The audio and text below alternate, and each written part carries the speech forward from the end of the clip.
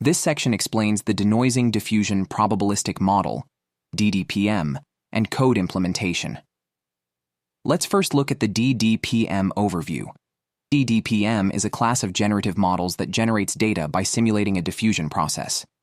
The diffusion process involves two key steps. 1. Forward process, diffusion. Gradually adds noise to the data until it becomes pure noise. 2. Reverse process, denoising. Reverses the diffusion process, removing the noise step by step to recover the original data or generate new data. Forward diffusion process. In the forward process, we add Gaussian noise to an image x0 over several steps. This is done progressively, making the image more noisy with each step. The goal is to model the process that transforms a clean image into pure noise. Mathematical formulation. At time step t, we introduce noise according to a noise schedule, governed by a scalar parameter beta t. The clean image x0 evolves into a noisy image xt based on the following equation. By applying this process iteratively, the image progressively becomes more noisy until, at the final time step t, it is almost pure noise. To make the forward process more tractable, we define the cumulative product of alpha t up to time step t as follows. This represents how much of the original image remains after t steps of noise addition. We can now describe the forward process as follows. Reverse diffusion process.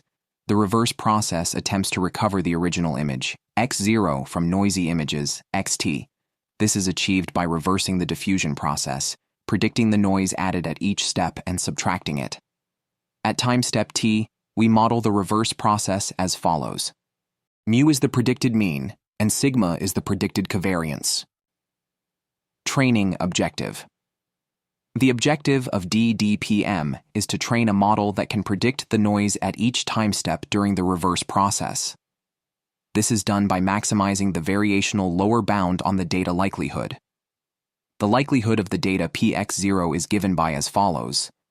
However, calculating this exactly is intractable. To make the problem tractable, DDPM introduces a variational approximation Q for the true data distribution. The evidence lower bound is derived, and we minimize the negative of this lower bound during training as follows. The loss function simplifies to a mean squared error, MSE, between the predicted noise and the true noise added to the image at each time step. The model is trained to minimize as follows. Sampling process. Once the model is trained, we can generate new samples by reversing the diffusion process, starting from pure noise. The model iteratively refines the noisy image by predicting and subtracting the noise at each time step, gradually recovering a clean image. 1. Start with a random noise sample xt. 2. For each time step t, compute the predicted noise and update the image using as follows. Repeat this process for t time steps, gradually generating a new sample. Now we implement the DDPM code.